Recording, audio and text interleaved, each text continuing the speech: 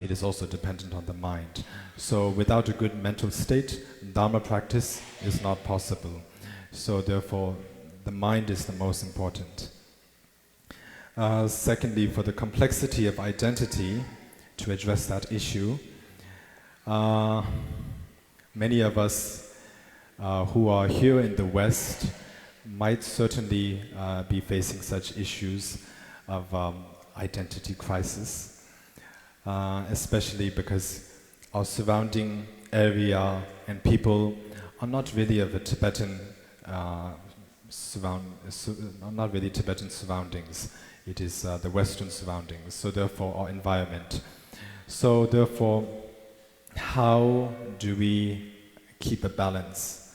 How do we identify or recognize our identity and be proud of it while living in a society where the dominant culture or people are not Tibetan? How do we do that? Well, I think it is quite simple, especially here in Toronto, because there's so many Tibetans here, and compared to many other places in the United States or in Canada, I have heard that Toronto has the most Tibetan people. So I think it should be especially easy to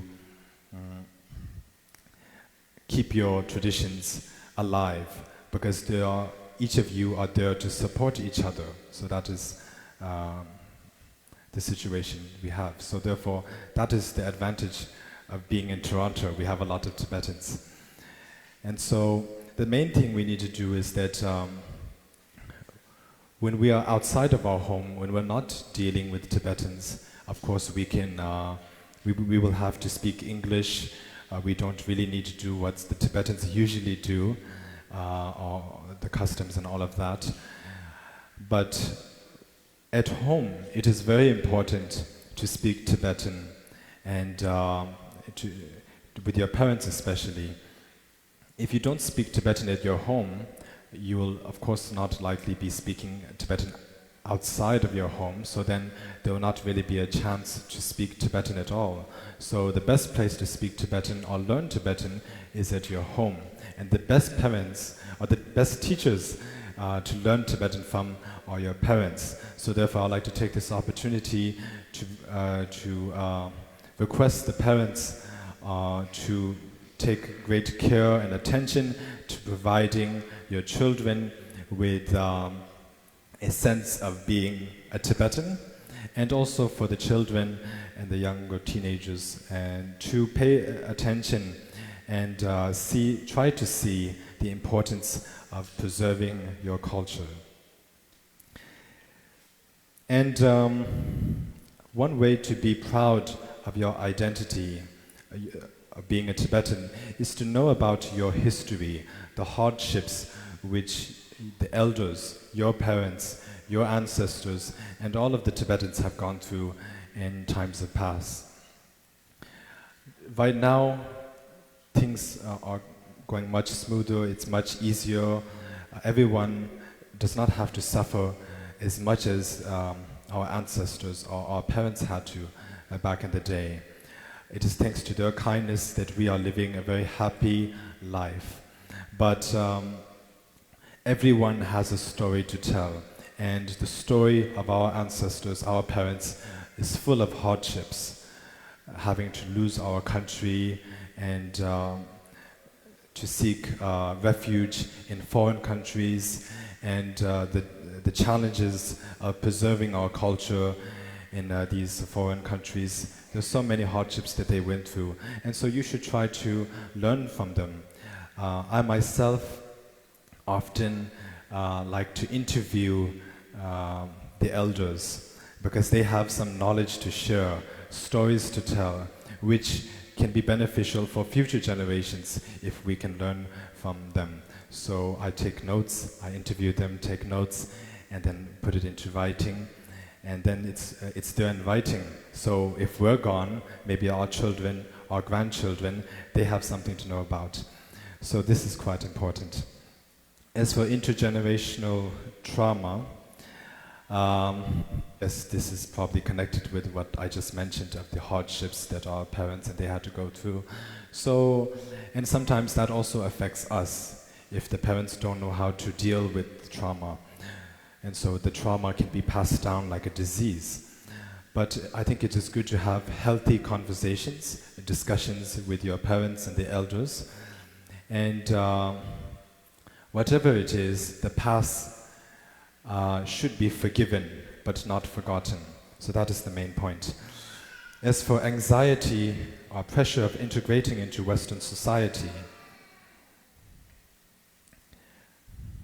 this is actually, I think I just answered that in a way, so I will not answer that again. As for how to deal with overthinking, I'll give you a very simple answer to that. For myself, I usually like to bring to mind one of the writings of the great Indian master Shantideva in his Way of the Bodhisattva. He wrote, "Kaldechus yunani tela mega jishiyu, kaldechus menani tela mega chejipens." So I find this to be very useful in our daily lives. So a translation of that quote would be, if the problem can be solved, why worry? If the problem cannot be solved, worrying will do you no good. So it's as simple as that. Now for the importance of Buddhism in modern society, this is quite an important topic to address. So many innovators and business people, and there are many people and inventors, and there's so many people in the world who create technology, modern technology, which is advancing at every moment. And these technology gadgets, or whatever they may be, are aimed mainly to reduce the complications in our life, to make our life more happy and to make things easier for us without us having to put much effort into working hard to obtain some happiness. But as it is very noticeable, the modern technology is only able to bring a sense of peace to our minds, which is only temporary. It is not able to provide any everlasting happiness or peace. This is very clear. Whatever technology we use, it is pleasant, it gives us some sense of peace or joy, but it doesn't always secure our happiness. We have something which we call the suffering of change in Buddhism. So what this means is that any kind of happiness that we have in our lives is actually suffering in the disguise of happiness. Because if it were to be happiness, it would have to be everlasting happiness. If it were to be true happiness, it would have to be everlasting, but that is not the case. For example, if someone were to praise us, we would immediately become very happy. But right after that, if someone else were to say some harsh words to us, then that sense of peace is gone. Right at that moment, your mind is now troubled and you become unhappy. So that just shows the instability of our mind. So therefore, what we believe is that if you want true happiness, you cannot rely on the outward technology and things, but you instead have to work from within. You have to work with your mind. You have to train your mind, because no matter how rich you are, how well you're doing in society, it is the nature of people to never be content with what we have. First of all, if we're not rich, if we're not successful, we are always aiming to become better, to become more successful, more famous, more rich, and we have so many ambitions. And in these roller coaster of emotions or ambitions, there's no sense of peace. And once we do finally get what we want, once we do become famous or rich or successful in life, then we're not content with what we have. We want to become richer, we want to become more famous, and so there's no time for even the rich or the successful to enjoy what they have. So in that way, we believe sentient beings, and especially human beings, are always in a state of searching and not being in content with what they have. So therefore, if you want to be happy, you need to be content with what you have. And for that, you need to train your mind. If you can train your mind to be content, then even if you're poor, you can be happy. Even if you're rich, you can be happy. So that is the importance of Buddhism. The teachings of the Buddha teaches you to be content with what you have in our daily lives. And now for addressing the topic of staying motivated. The thing about staying motivated is that in our lives, we often underestimate our own abilities. And that is not a good thing, because it shuts the doors to so many possibilities in our lives. So therefore, what we need to do is that we need to have some courage. We should not underestimate ourselves. We should have courage. We should be a bit more daring. And we should especially support ourselves. The best supporter that you will have in your life is yourself. Of course, you have your parents, your friends. They will certainly support you. But if you cannot support yourself, no matter how much your friends or parents or your loved ones support you, it will not help you to move forward and to live a successful and happy life. So therefore, your best friend is yourself. And whether you are happy, that depends on your own actions. Whether you are sad or going to be unhappy, that is also dependent on your own actions. And the Buddha himself said that even when it comes to attaining enlightenment, he said that my job is to show you the path. Attaining liberation or not is up to you and solely yourself. So therefore, it is up to our own actions whether we are successful both in the spiritual life and in the ordinary worldly life.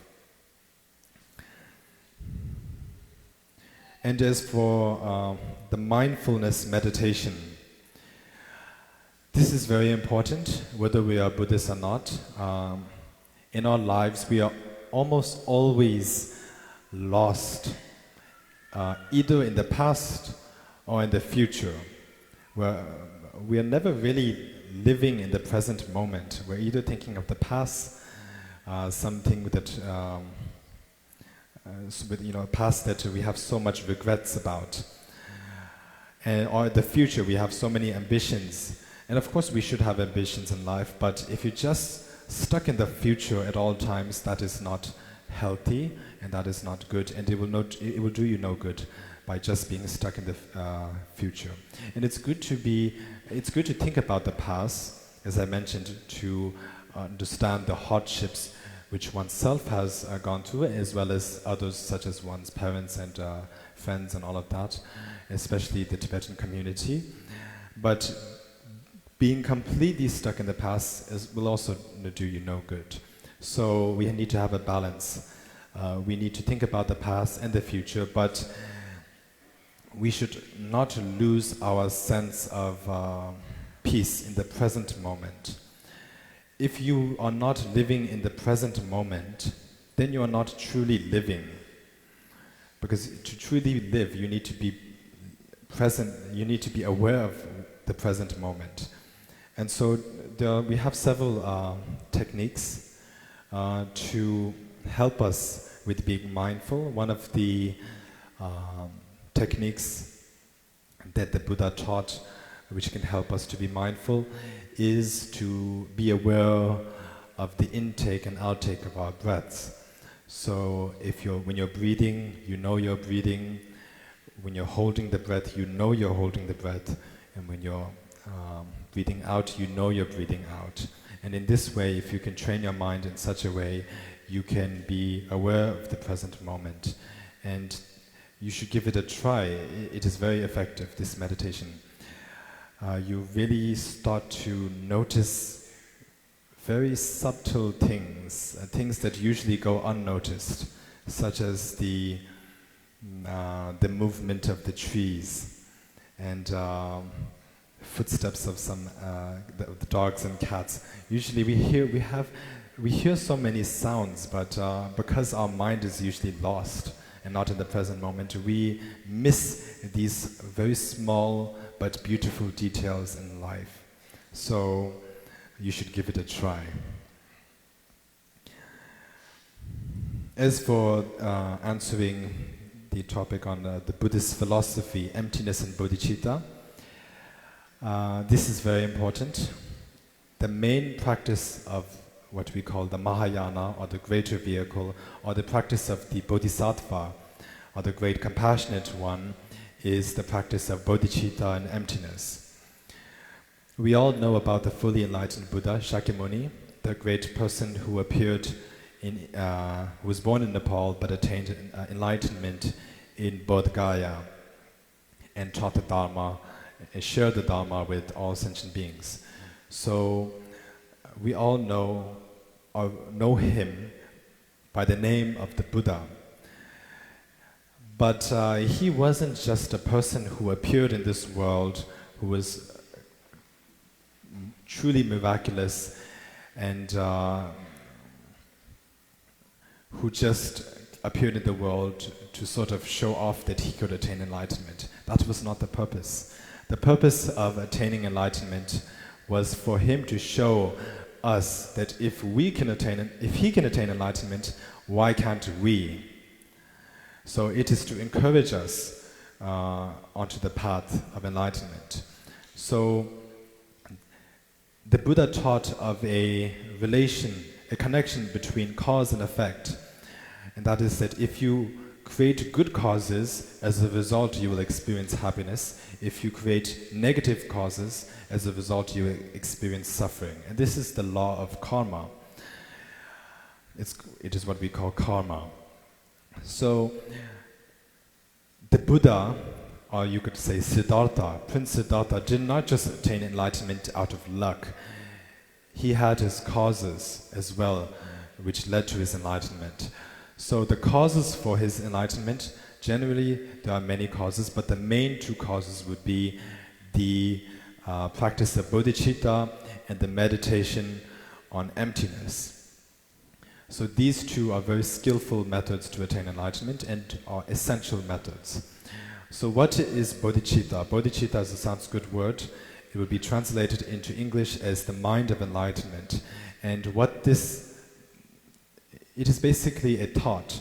And what the thought is that one wishes to attain enlightenment for the sake of all sentient beings. And the reason why we wish to attain enlightenment, or the practitioner wishes to attain enlightenment for the sake of all sentient beings, is because we understand that all sentient beings, whether we know them personally or not, have at one point been one's own mother in a past life. And this is because we have taken on countless lives in the past. And each time we were born, in Buddhism we believe in rebirth. So each time we were born to parents. And we were born to our mother and father. And so we had a family in each of our lifetimes. And each time we were born to our mother was very kind to us, because they first held us for many months in their womb. And after being born, they protected us from harm when we were not able to protect ourselves or look after ourselves, because we are a baby. And when we do not know how to feed ourselves, the mother helps to feed us. And so in this way, the mother is very kind and has been very compassionate. And so therefore, we feel a special affection towards our mother and all mothers, which are basically all sentient beings. But we also understand their current state, which is that they are stuck in suffering. They are subject to suffering, and they are not freed from suffering because they have not abandoned the causes of suffering, which is ignorance, attachment, and hatred. These are the main causes for samsara. You could call it cyclic existence or suffering. So therefore, understanding this case, we feel pity for them, and we wish to help them. We wish to get rid of their suffering, to pull them out of their suffering. But we also know that in our current state, we are not in any position to help them, because we ourselves are also subject to suffering. And someone who is suffering themselves cannot help someone else who is suffering. And by that, of course, you can help them in some small ways, but you cannot fully pull them out of their misery for good. So therefore, we understand that the only way to pull them out of their suffering would be to attain full enlightenment, just like Buddha Shakyamuni did. So in that way, we aspire to attain enlightenment for the sake of all sentient beings. And that thought is what we know, or what is referred to as bodhicitta, or the mind of enlightenment. So this practice or thought is sort of like a compassionate aspect or practice. As for the meditation on emptiness, this is basically to understand the nature of all phenomena. We believe that on the relative level, everything that we see, everything appears. There are people, there are places, there are whatever we see in our lives, it is there, at least on the relative level. But on the ultimate level, when one examines when one examines very deeply into the nature of phenomena, we see that there is no true existence to whatever we see or perceive or believe there to be. So this may be a little bit confusing or a little bit difficult to understand, but that is fine. It is something which can be gradually understood with study and practice. So basically it is to understand the nature of phenomena, to not be attached to things as truly existent, to put it simply. So these two, compassion and wisdom, is essential. These are like two wings. For a bird to fly, they need two wings. Just by having one wing alone, they cannot fly into the air. They need two wings to fly up into the air. So likewise, in order to attain enlightenment, you cannot just have compassion and you cannot just have emptiness, but you need to have both the wings of compassion and wisdom. Because if you just have compassion, generally it is good, but you will not be able to free yourself from suffering. We believe that you will continue to be reborn in samsara, take birth again and again, but you will at least be obtaining good rebirths, because the thought is a positive thought. But if you do not have wisdom, you cannot attain liberation at all. You cannot be free from suffering. But just by having wisdom alone, you cannot attain full enlightenment. So there's a little bit of difference to that. Usually, if you have wisdom but not compassion, then you can be free from suffering, but you will only be freeing yourself from suffering without any compassionate thoughts of helping others. But if you have both compassion and wisdom, then you can help yourself and others out of suffering. So that is the main point. And finally, to address death and dealings to a Buddhist view. So usually in our lives we do not think about death. We just think about the goals we want to achieve in our present life, and that is the only thing that we are likely occupied with. It is the business that we have to deal with in our present life. We never really take time apart to give it a thought. What would happen? What happens after we die? Does one just disappear, or there's a continuation? That area is very blurry or dark because we do not often think about it. We may even dread to think about it because we fear what lies beyond death. But according to Buddhism, death is not something they should be feared, because it is a very natural process in life. What Prince Siddhartha saw, which encouraged him to set himself on the path to enlightenment, was the view of birth, old age, sickness, and death. When he escaped his palace and went into the city, he saw these four situations: that some people were being born, some were aging, some were getting sick, and some died. So this is the natural process for all humans. There's birth, old age, sickness, and death. And this whole process is full of suffering. And after you die, then it continues. It is like a wheel which is always in motion. Then again comes birth, old age, sickness, and death. And it happens again and again. So therefore, we do not need to fear it, but we should rather embrace it. But it would not be worth dying without having accomplished anything in our lives. We should at least die without having any regrets in our lives of doing something wrong or having not lived our lives wisely. A life wasted would be a pity. So therefore, when we die, we should not have any regrets, and we should make sure that we do not have any regrets while we are living. So therefore, while we're living, we should take the chance to do as much good as we can, because life is very short. It is certain that we will all die, but we never know when exactly, and that is the uncertainty of death. We all are living, but at the same time, although it looks like we are living, actually we are dying. When we say die, it doesn't need to mean like you collapse and your breath stops. Actually, as you all know, life is impermanent and time is changing at every moment, every second. And so therefore, we are dying at every second. In other words, you're not the same person as yourself from 5 minutes earlier. It is a continuation, but you're not the exact same person. You're always changing. There's always some change going on in your body and in your mind. And that is the continuation. We have a continuation in our lives.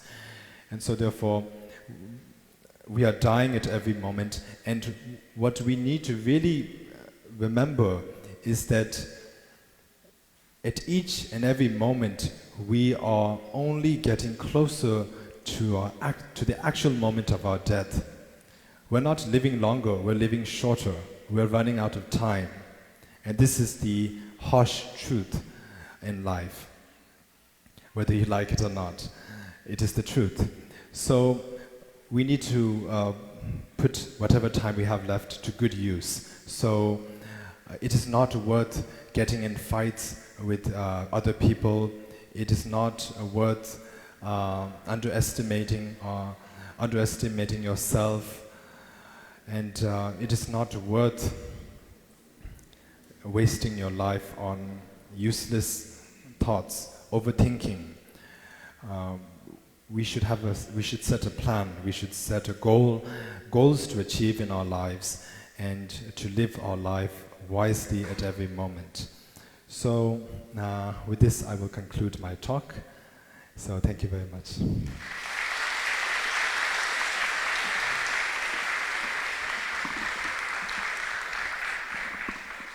Sincere gratitude. Thank you so much, His Eminence Asanga Rinpoche.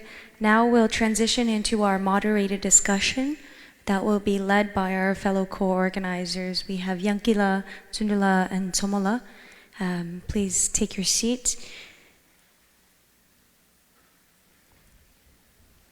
And I must say, as a young person myself, there were so many gems, as we call it. Rinpoche, thank you so much for covering a plethora amount of topics in such a short amount of time.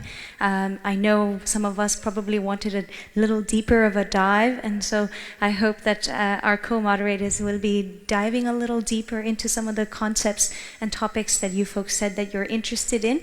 And even after that, after about 15 or 20 minutes of them asking the questions, if your topics have not been covered, you'll have an opportunity to ask questions as well.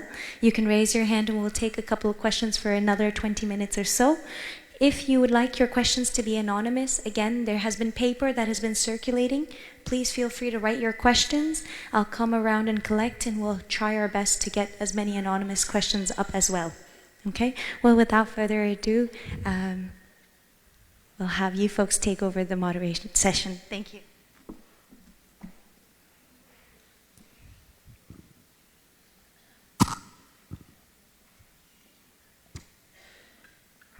Tashidale, my question is, so through your social media platforms, as well as past teachings, a lot of us have noticed that you have a lot of interest in the history of the Sakya tradition, as well as the lineage. So related to this interest, if you could tell us a little bit about the Sakya History Resources project that you have launched and are currently involved in, sort of a little bit about the purpose or the vision for the project, as well as why you picked this specific project. So yes, I did start a project called Sakya History Resources. The main reason why I did that was because the Sakya tradition, which is a 950-year-old tradition, has a very rich history which is yet unknown, very unknown to the West. And the reason why is because most of the historical records lies in the Tibetan language and has not really been fully translated or made available into foreign languages, especially such as English.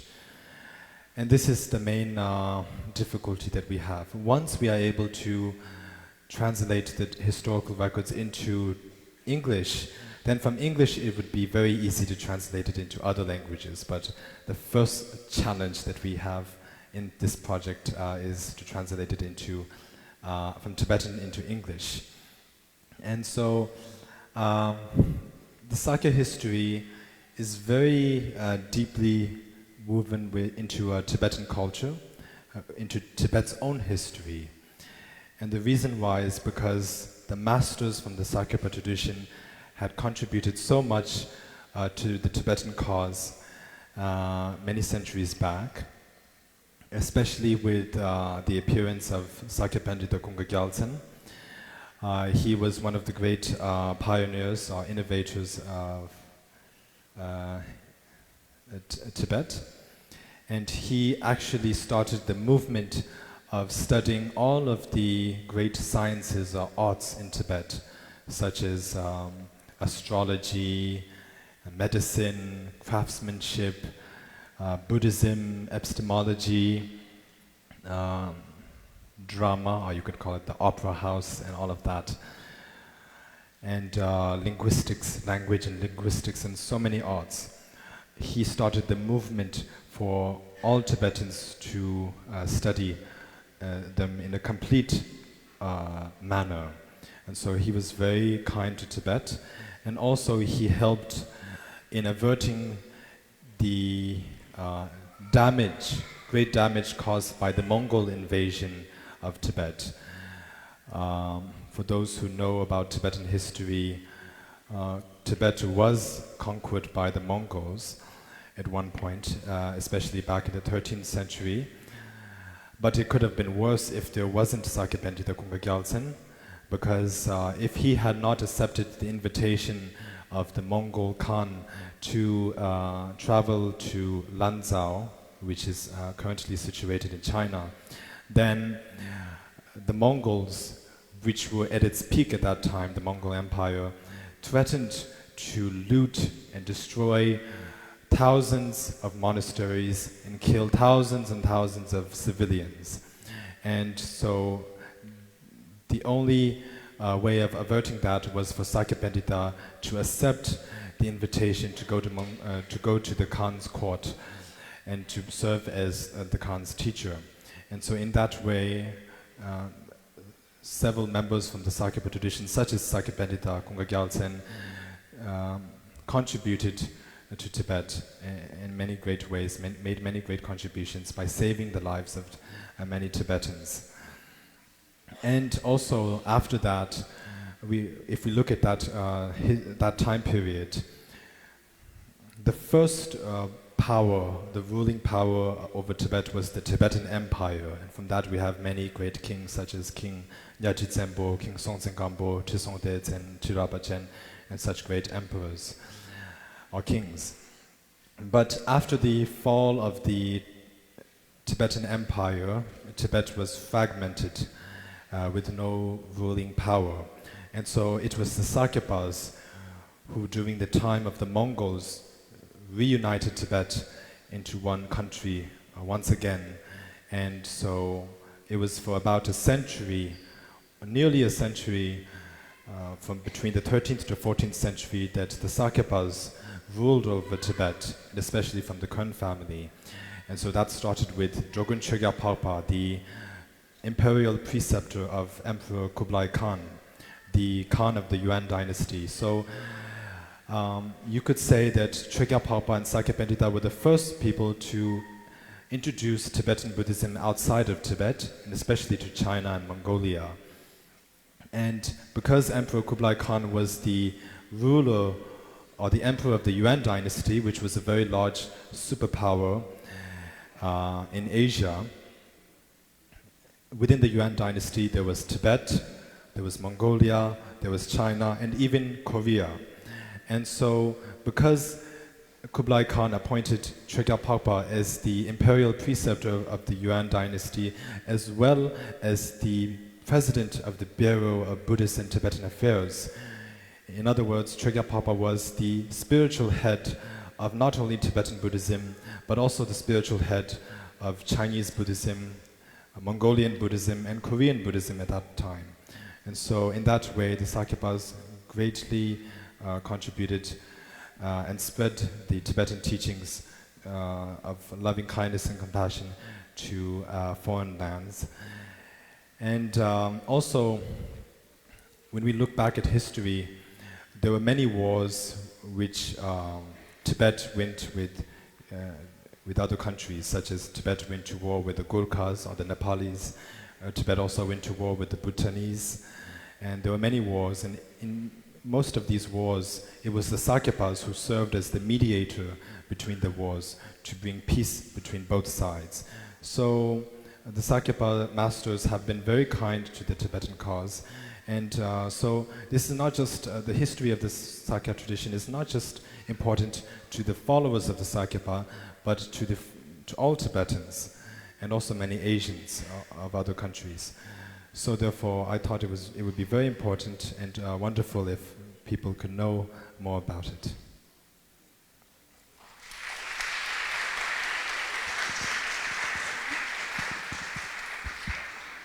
Tijana, as you know, we live in a society where social media has now become such a huge part of our lives. And while there are positive benefits to social media, there are many unrealistic expectations through various platforms. So many of the youths have expressed their anxieties having to live in this current society. And one of the biggest challenges they face is constantly having to compare themselves to others. And I know you addressed this a little bit in the intro, but if you could, from a Buddhist practice, what advice would you have for young people struggling with this? Well, yes, for many of us who use social media and see many other people showing off their very luxurious lifestyle, we cannot help but to compare ourselves with them. And this brings a sense of maybe anxiety, depression, and insecurity. But we really need to think about it. Does it really help us? We need to take a moment to just calm down a bit and see, is it really beneficial? Is there any good outcome, positive outcome from comparing ourselves with others? Why can you not be content with who you are? Because you yourself are very unique. Why need to compare yourself with others. There's no one out there who is like you. The only person who is like you is you yourself. So you're very special and unique. So why try to copy others when you can be yourself, to feel comfortable in your own shoes and clothes and in your own skin? So I think we just really need to see, take a moment to see if what all this overthinking, does it really make sense? Is it really worth it?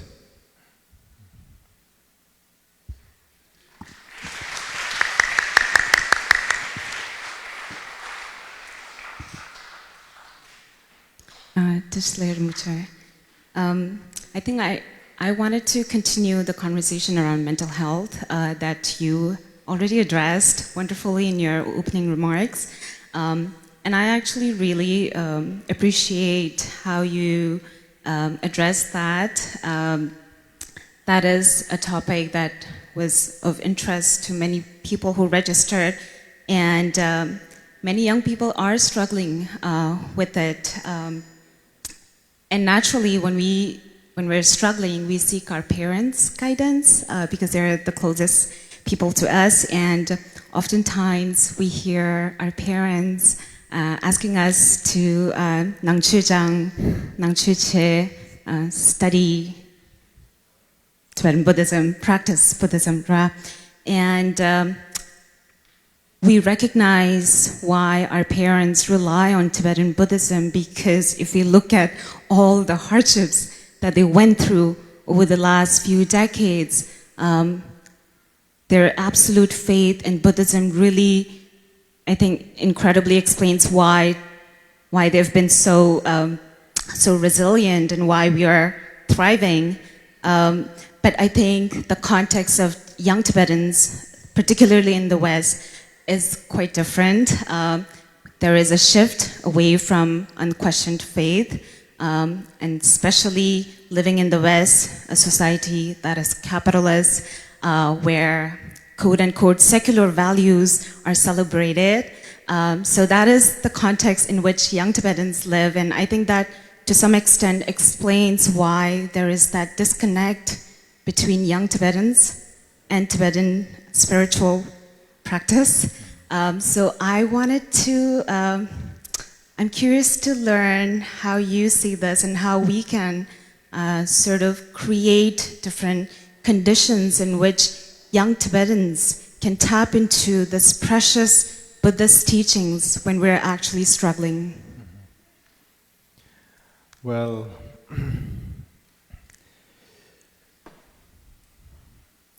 I think it would be good or important to differentiate the Tibetan Buddhist culture and the actual Tibetan Buddhism, or Buddhist practice. There's a bit of a difference.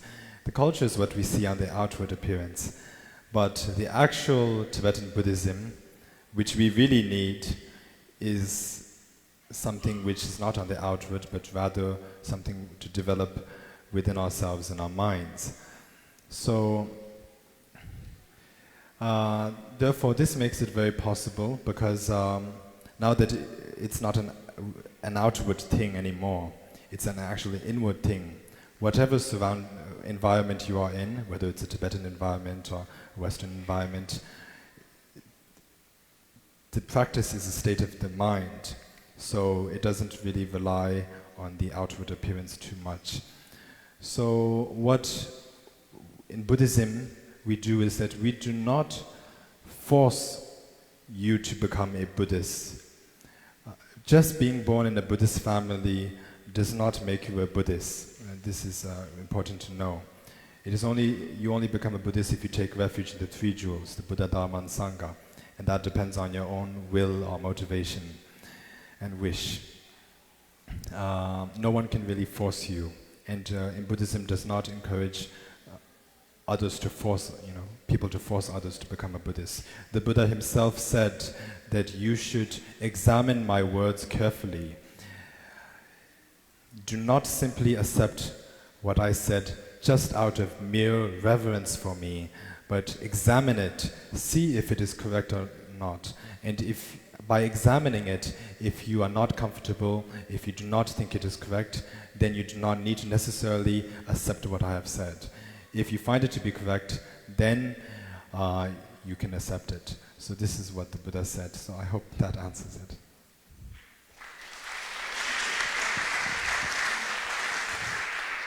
Touché, Rinpoche.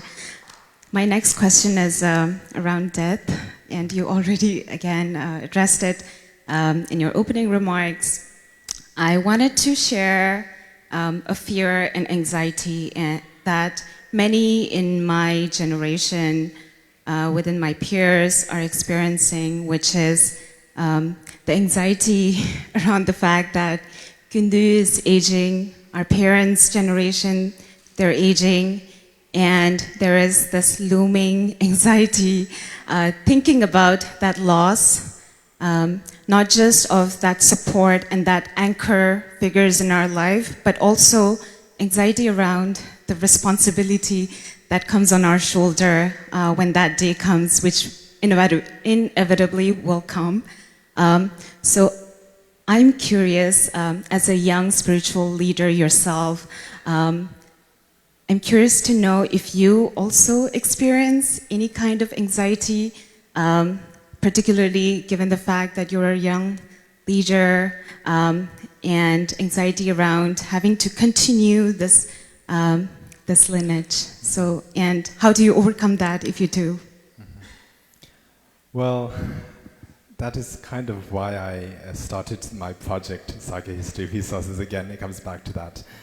It is because I understand that times are changing, and the people from old Tibet are now getting very old, and many of them have already left us, and many of them are still with us, but at a very delicate age or state.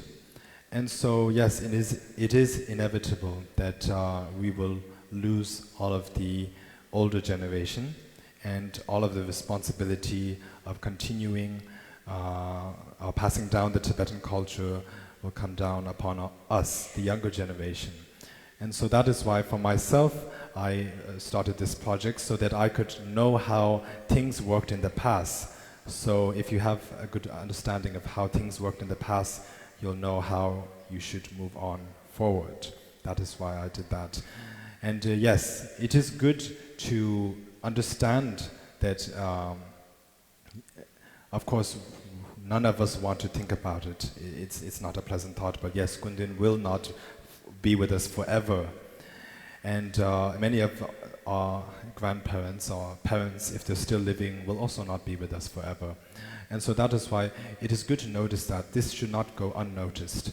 But just simply worrying about it alone, that will not help.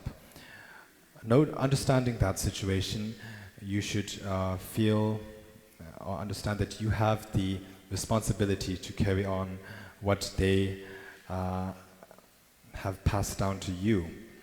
So therefore, it comes back to living a very good life. You should not waste your time.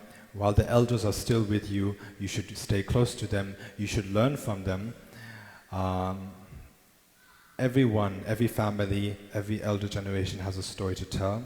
You could conduct an interview, write down any of the stories they have to pass down, and your own children and offsprings will learn from whatever you write down. Because if you do not take the initiative to write down what they have to share, then with them gone, whatever hardships, information, stories they have to share is also gone with them, and it will be forever gone. You cannot get that back.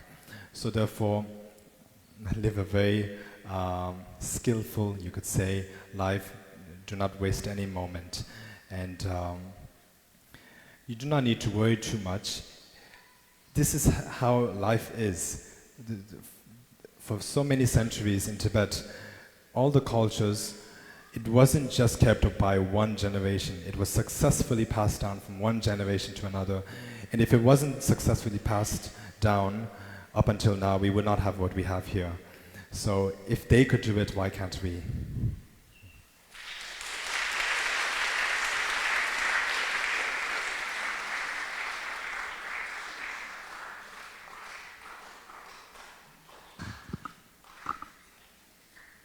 Thank you, Rinpoche. So in lieu of time, we'll move on to the question and answer sessions. We have quite a few questions here. I have collected some anonymous questions here. If anybody wants to ask a question directly to Rinpoche, please raise your hand or step forward. Anybody? Oh my god, yeah. I have to stand up.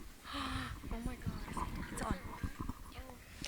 Dashile, how can we live and enjoy the present while also preparing for the future?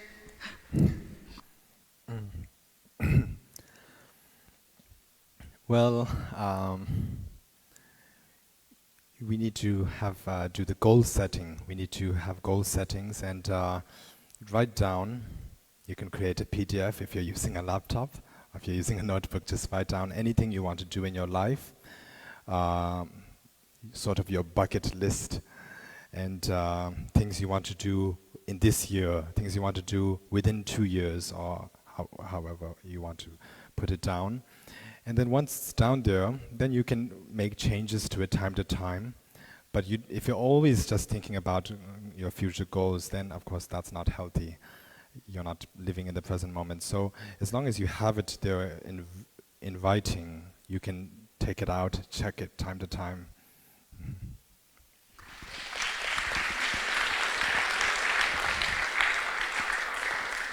So we'll take 2 live questions in a row, and then Rinpoche, if you could address both the questions, that would be faster of a process, and we'll ask the anonymous questions.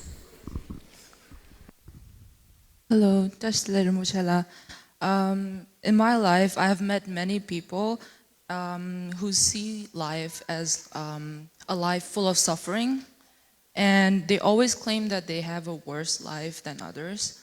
But I've also met people who live life in a very positive manner, like they live their life with no thoughts of suffering at all. My question is that if life is just suffering, why is it that some of us don't see it in that way? And why do some of us see life as wonderful rather than suffering? And what advices do you have for the ones who see life as full of suffering? Thank you. Can you please say your name and your age for us? My name is Tenzin Yudre and I'm 18. Thank you. And we have another question right here. We'll do 2 questions. My name is Kunga and I'm 8 years old. Wonderful. What's your question? What should you do when you're mad? Great question. All right, very good questions.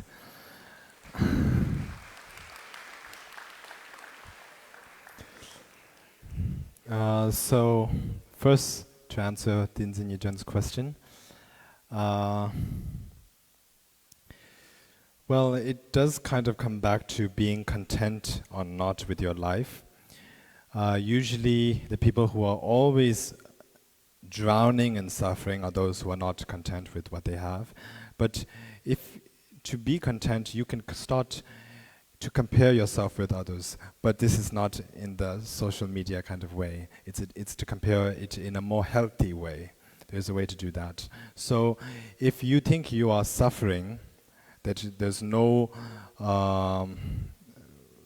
person that is more suffering than oneself out there, like I'm the worst person suffering in the world, then you can think or compare yourself to someone who is suffering more than you.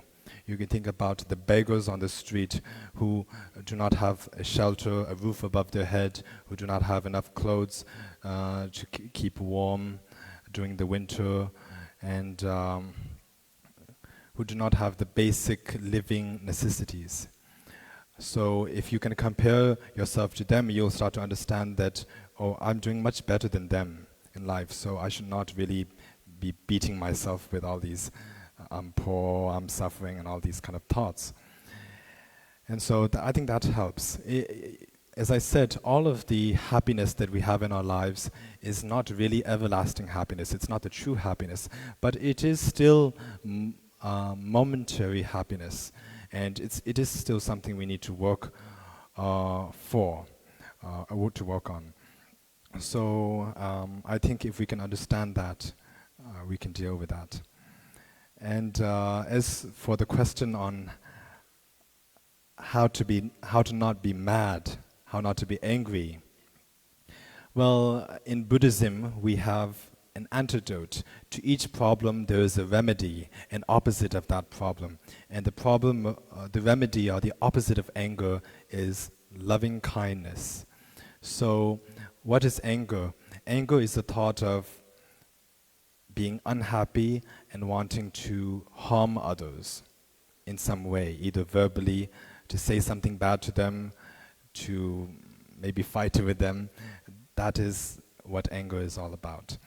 On the other hand, loving kindness is a thought in which you wish for others to be happy. So these two thoughts are direct opposites of each other, they're polar opposites. And in the mind process, there cannot be two thoughts at the same time. So you either have anger or you have loving kindness. So if you can replace your angry thoughts with thoughts of love, loving kindness, then there will not be anger.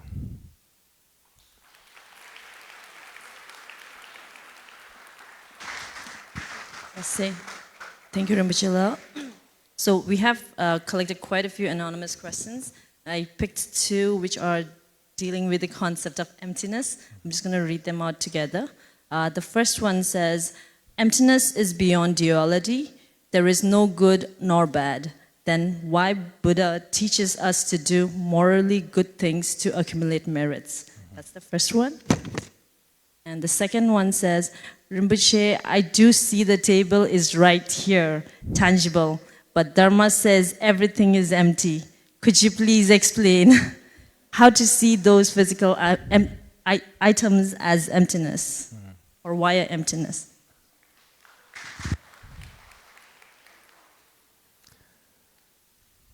So the Buddha did teach about two truths. It is called the relative truth and the ultimate truth. In the relative truth, there is suffering, there is karma, there is people, there are emotions, there's everything. Everything there is that we know about, it's all there in the relative truth. But in the ultimate truth, we believe that there is nothing which truly exists, that there's no elaborations. It is free of duality, free of elaborations and mental conceptions. So when we say that everything is empty, we are not denying that we have a life, that there's karma, there's people, there's good and bad karma, and that we're not denying that there's a table. Everything is there in the on the relative level, but on the ultimate level, it does not truly exist. And I will answer how that works. I'll answer the second question, connecting that to the first. So this is what we know as a table. This is a table. But what makes this a table? It is a collection of different parts. It is a collection of different parts which makes this table. If none of these parts came together, it would not be a table. If there was no screwdriver, it would not probably stick together, and it would not be a table. Maybe a better or easier example would be to talk about a car. So a car has many parts. It has the steering wheel, it has the four wheels, it has the seats, it has the roof, it has everything, all of the mechanisms in there. But if all of those parts were scattered and not put together, then where is the car? Is the wheel the car? Is the steering wheel the car? Is the seat the car? You cannot point to what the car is when it's all different parts on its own. But only when it comes together, then we label it as a car. So in a way, a car is a mental conception when it comes to investigating or delving into the ultimate truth.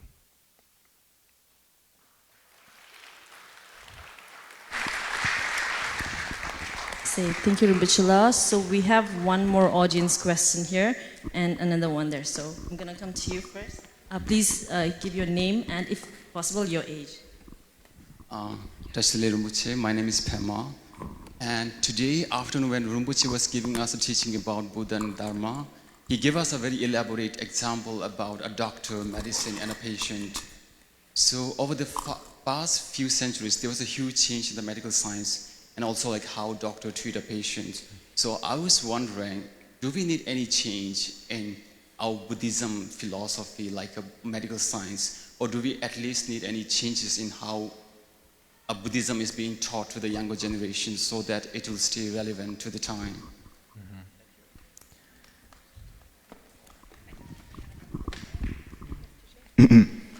Deshile Rinpoche, my name is Tenla, I'm 18 years old, and my question is, what guidance can Buddhism offer regarding the addictive nature of technology and the challenges it poses to maintaining a balanced and present mind? This is something me and my friends, we all suffer from, just addicted to technology, so how can we overcome this through a Buddhist standpoint?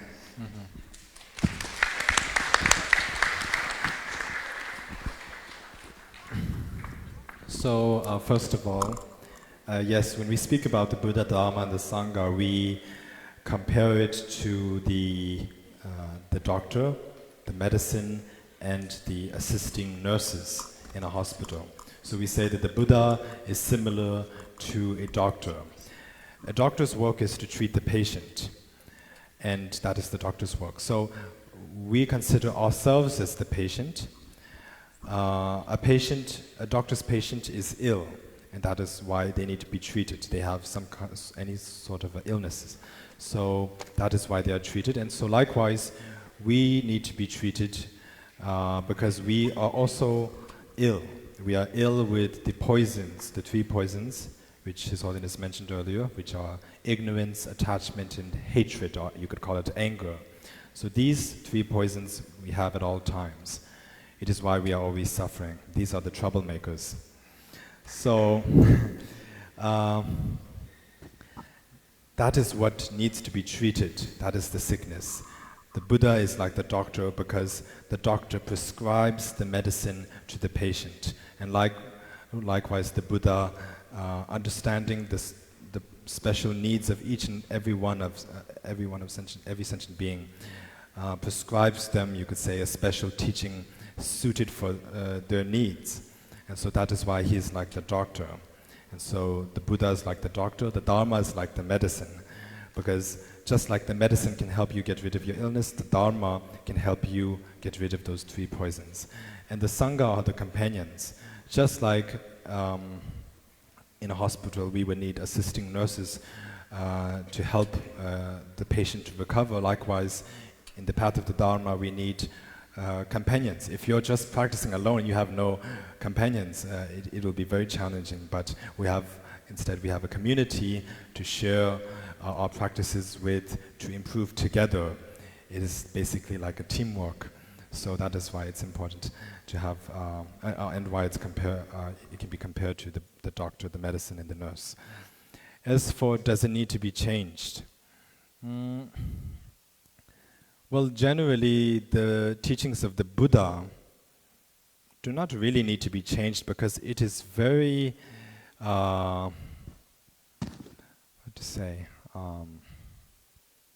relevant to our personal needs and nowadays. Whatever he taught, it still continues. He said life is full of suffering and we are still suffering. So that hasn't changed. So it doesn't really need to be changed. But yes, you could say that the way the Buddhist teachers present the Dharma to others, how we introduce the Dharma to others, how the Buddhist practitioners set an example for others to follow would need to be changed. We can always do better. I'm not saying we're not doing good right now, but we can always work harder to help spread the teachings of the Buddha with others.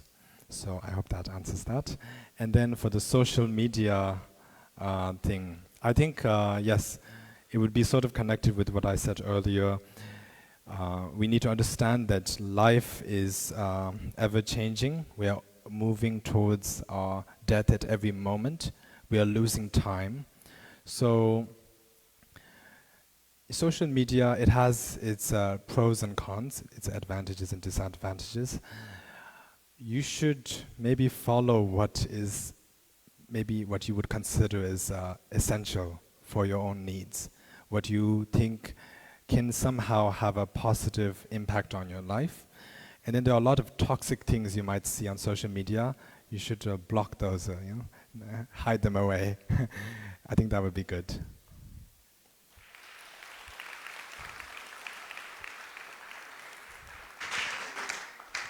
I say thank you so much, Rinpoche. We will end with the last question. It is an anonymous question again, and it says, Dear Rinpoche, thank you for coming. And you were born in such a huge family. And do you ever have any worries about anything in life or general? And also, if you could just describe how your daily day goes by. And you are pretty young, if I may add as well. And yeah, how does your daily go? And you've achieved so much in your life already, so thank you.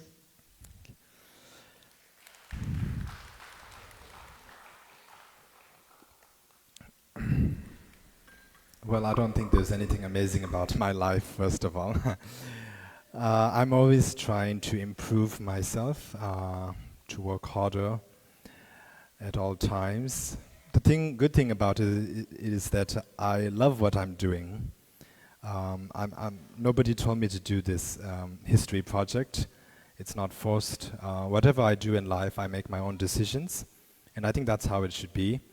We should, of course, it doesn't mean, making your own decisions doesn't mean to not listen to your parents at all and be sort of aggressive and not a good child and all of that, and lock your door and just be inside hidden.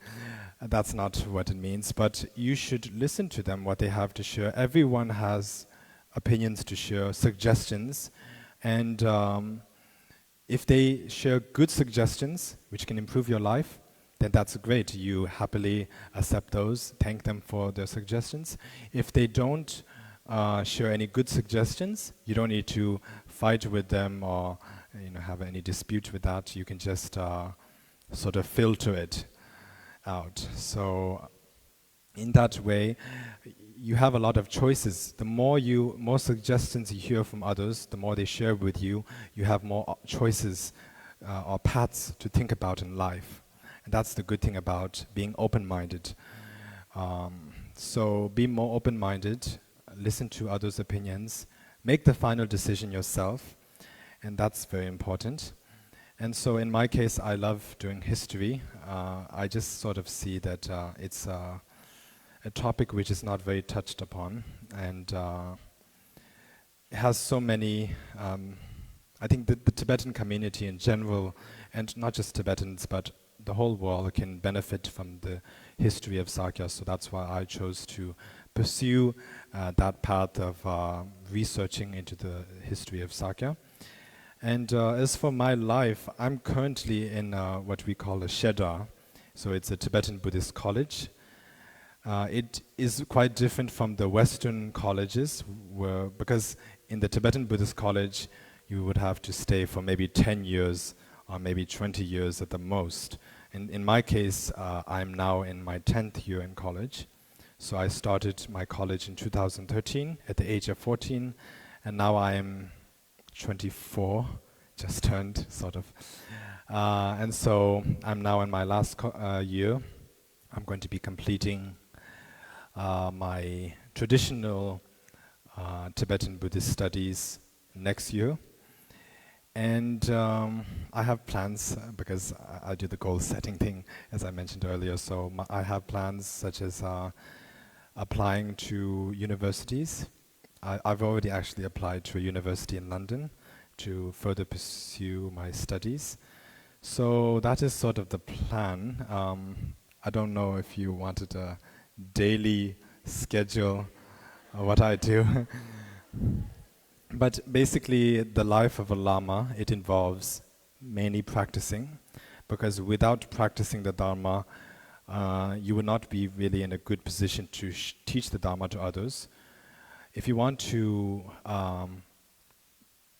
have others practice the Dharma, you first need to set an example yourself. So you need to practice the Dharma yourself, and only then would it be appropriate to share the Dharma with others. I'm not saying that I am a good practitioner, but of course I try.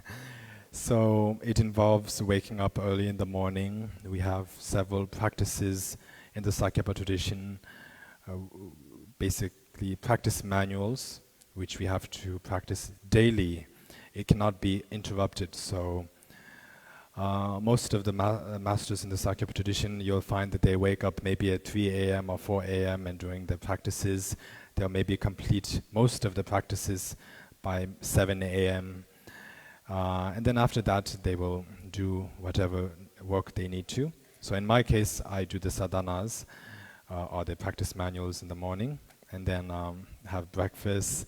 And since I'm a college student, I don't really need to go around teaching much. I'm usually just in the college, so I attend classes in the morning. And then in the college, we need to debate. So you see monks clapping their hands, and it's sort of like a mind exercise. So we do that. And it's just mainly receiving teachings and doing debating in college. But later on, once that's done, once all of the study work is done, once that is passed, then the actual work that that falls upon me would, of course, be to continue doing the sadhanas or the practice, the manuals in the very early morning. But after that, it is mainly to travel, to teach the Dharma to others, to meet people, tend to their needs. A Tibetan Buddhist master would do divination, because people have options in their lives. They don't know which one to pursue. So the masters do that, such as His Holiness the 41st Sakya Kumatisha Rinpoche. Many thousands of Tibetans go to him. He performs a divination, and nowadays the question which most people in India would ask the Guru or Lama would be, should I go to America or should I go to Europe? Will I get a visa or will I not get a visa? So these are the kind of questions that the Lamas hear nowadays, but they still do the divination. And usually, if the Lama is good and it's done in the right way, the divination turns out to be very accurate. And so that is one of the Lama's works, and the Lama needs to bestow empowerments, all transmissions, explanatory teachings, and also before giving empowerments, the Lama also has to go through intense meditative retreats. So based on different Buddhas or deities, the Lama has to go to 1 month of retreat or 3 months of retreat or 6 months of retreat or sometimes even 3 years of retreat. And so during that time, they cannot go outside of their home. They cannot meet outside. They cannot meet people. They cannot look at the sky. They cannot look at the sun. Everything is shut down. It's like a lockdown. So it is perhaps many of you might have had a taste of that from the COVID lockdown. So it is quite similar to that, but instead of just sitting inside doing nothing really important, you're doing actual Dharma practice, which is beneficial for oneself and others. So that is sort of the difference. So yeah, that is the work of the Lama.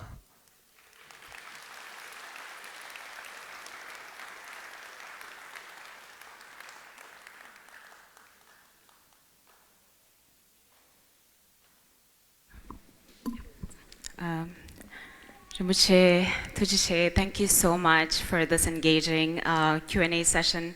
I think this is one of the rare moments where we've had an opportunity to engage with a young spiritual leader who has engaged with us with great acknowledgement of our complex realities, and I think that really set the tone for young people to be able to openly raise questions with you. So thank you so much to you, and also to everyone who brought their incredible questions.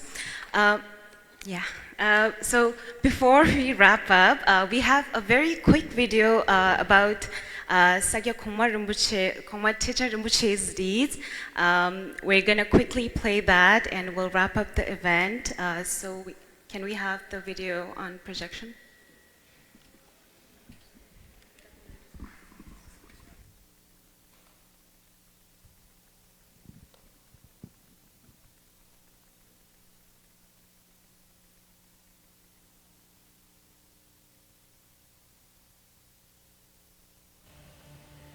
Kiam Gui Goma, teaching Doji Chang Choki, Sansum Zebe, Motor Jimdu.